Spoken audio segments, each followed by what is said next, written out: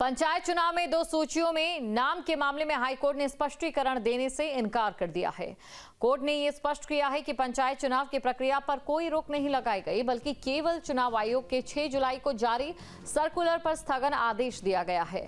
दरअसल आयोग ने 6 जुलाई को अपने सर्कुलर में ये कहा था कि जिन मतदाताओं के नाम ग्राम पंचायत की मतदाता सूची में है, उन्हें मतदान करने या लड़ने से नहीं रोका जाए।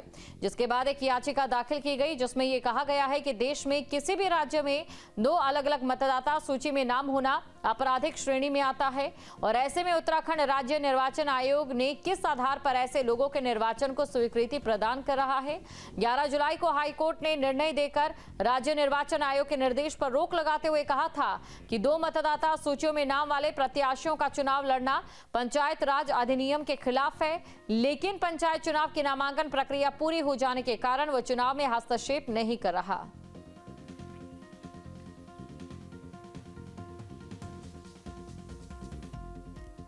तो बड़ी खबर आपको बता रहे हैं, आपको ये जानकारी दे दें कि जो उम्मीदवार हैं और जो स्थानीय लोग हैं उनकी ओर से चिंता जो है पहले जताई गई थी। जो खबरें भी सामने आई थी कि कुछ लोग उम्मीदवार यहां पर बने, जिसने विपक्ष ने इस मुद्दे को गंभीरता से उठाया था कि वो लोग यहां पर उम्मीदवार बने हैं जिनके दूसरे राज्यों में भी मतदाता सूची में नाम है। उच्च न्यायालय ने यही दोहराया कि इलेक्शन रोकने के लिए ना तो याचिका आई थी, ना कोर्ट का यह मत था और ना ही इलेक्शन रोकने की कोई कोशिश याचिकाकर्ताओं की ओर से की गई। जहां तक यक्ष प्रश्न है कि जो 2 जगह लोग हैं उनका क्या होगा, तो उस पर माननीय उच्च न्यायालय ने अपना आदेश यथावत रखा है, यानी कि स्थगन हटाओ प्रार्थना पत्र जो राज्य चुनाव आयोग का आया था उस पर स्थगन नहीं हटाया गया है, उस पर कोई स्थगन हटाने का ऑर्डर नहीं हुआ है।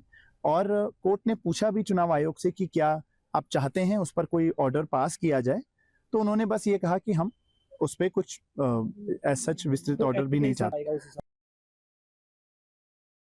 इंटरिम ऑर्डर पास किया और कहा कि 6 जुलाई का जो क्लैरिफिकेशन है वो स्टे रहेगा।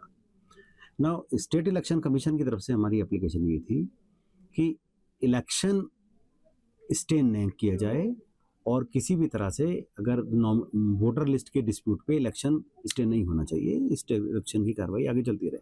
कोर्ट ने ये क्लैरिफाई किया है कि हमने कोई इंटरिम ऑर्डर इलेक्शन के विरुद्ध ग्रांट नहीं किया है। अगर किसी पार्टी को कोई डिस्प्यूट, कोई शंका होगी नॉमिनेशन पेपर रिजेक्ट करने के बारे में या ना रिजेक्ट करने के बारे में, वो अपना डिस्प्यूट इलेक्शन पिटीशंस में रेज कर सकते हैं। पंचायत चुनाव को लेकर बीजेपी के प्रदेश अध्यक्ष महेंद्र भट्ट ने अहम बयान दिया है। उन्होंने कहा कि हाईकोर्ट का जो निर्देश आएगा उसका पार्टी पालन करेगी। पार्टी की तैयारी पूरी है। बीजेपी पंचायत चुनाव में जीत का परचम लहराएगी।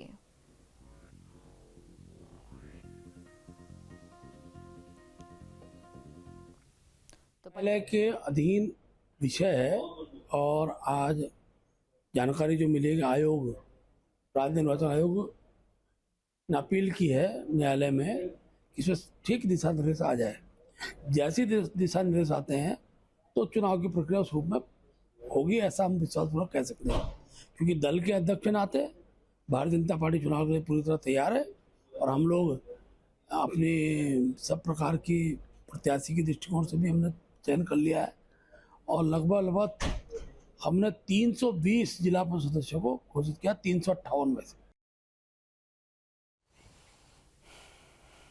मुख्यमंत्री पुष्कर सिंह धामी ने दिल्ली में पीएम मोदी से मुलाकात की और इस दौरान देवभूमि के विकास के मुद्दे पर चर्चा हुई।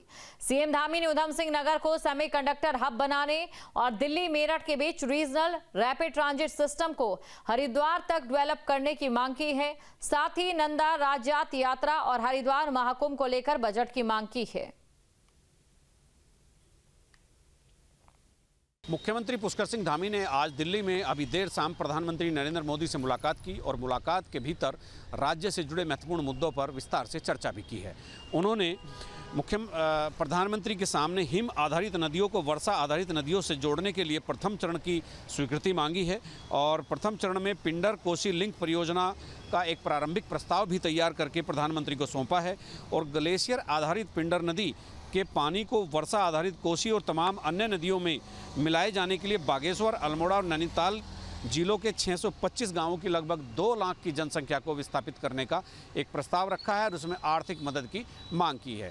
इसके अलावा मुख्यमंत्री ने 2027 में हरिद्वार में होने वाले महाकुंभ के लिए तकरीबन 3,500 करोड़ रुपए की वित्तीय सहायता देने का अनुरोध प्रधानमंत्री से किया है, ताकि 2027 में होने वाले कुंभ की जो संरचना है और जो अवस्थापना विकास के काम है वो अभी से शुरू किए जा सके। और चलिए बढ़ते हैं अगली खबर की ओर। पौड़ी से खबर, जहां पंचायत चुनाव को लेकर प्रशासन सख्त हो गया है। 15 विकास खंडों में निगरानी टीम का गठन, शांतिपूर्ण निष्पक्ष चुनाव की तैयारी में जुटा प्रशासन। निगरानी के लिए बनाया गया कंट्रोल रूम, तो यहाँ पर निगरानी के लिए कंट्रोल रूम बनाया गया है। प्रदेश में त्रिस्तरीय पंचायत चुनाव को शांतिपूर्ण और निष्पक्ष तरीके से संपन्न कराने के लिए जिला निर्वाचन आयोग पूरी तरह से सतर्क है और इसके साथ ही चुनाव को प्रभावित करने वाली खबरों पर भी निगरानी रखने के लिए विशेष टीमों का गठन किया गया है। इसके साथ ही विकास भवन पौड़ी में कंट्रोल रूम भी स्थापित किया गया। जिला निर्वाचन अधिकारी स्वाति एस भदौरिया ने यह बताया कि आयोग के निर्देशों के तहत यह व्यवस्था की गई है। जिले के सभी 15 विकास खंडों में निगरानी टीमों को तैनात किया गया है। इलेक्शन में किसी भी रूप से प्रभावित करना इलेक्शन को नेगेटिव रूप में उचित नहीं होता है। इसके लिए जो आयोग के निर्देश थे कि पेड न्यूज़ के लिए कमेटी बनाई जाए, तो उसी के निर्देशों के क्रम में हम लोगों ने यहाँ पे कंट्रोल रूम भी बना लिया है, जिसमें कर्मचारी तैनात कर दिए गए हैं और सभी कर्मचारियों को विभिन्न ब्लॉक भी बांट दिए गए हैं। तो अगर इस प्रकार की कोई भी पेड न्यूज़ आदि की शिकायतें प्राप्त होती हैं तो उसका यहाँ पे उसको देखकर उसकी आख्या आयोग को भी भेजे जाने के लिए इस कंट्रोल रूम का गठन किया गया है। तो आई एम श्योर कि आगे आने वाले समय पर इस प्रकार की जो भी शिकायतें होती हैं उनका उचित निस्तारण किया जाएगा।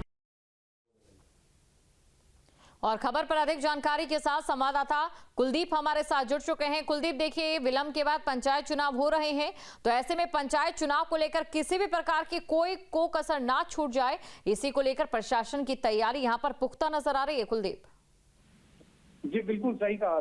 जो पंचायती चुनाव को शांतिपूर्ण और निष्पक्ष तरीके से करवाने के लिए जिला निर्वाचन अधिकारी ने खास तौर से एक टीम का गठन भी कर दिया है। जो 15 विकास खंडों में निगरानी कंटिन्यूड निगरानी रहेगी।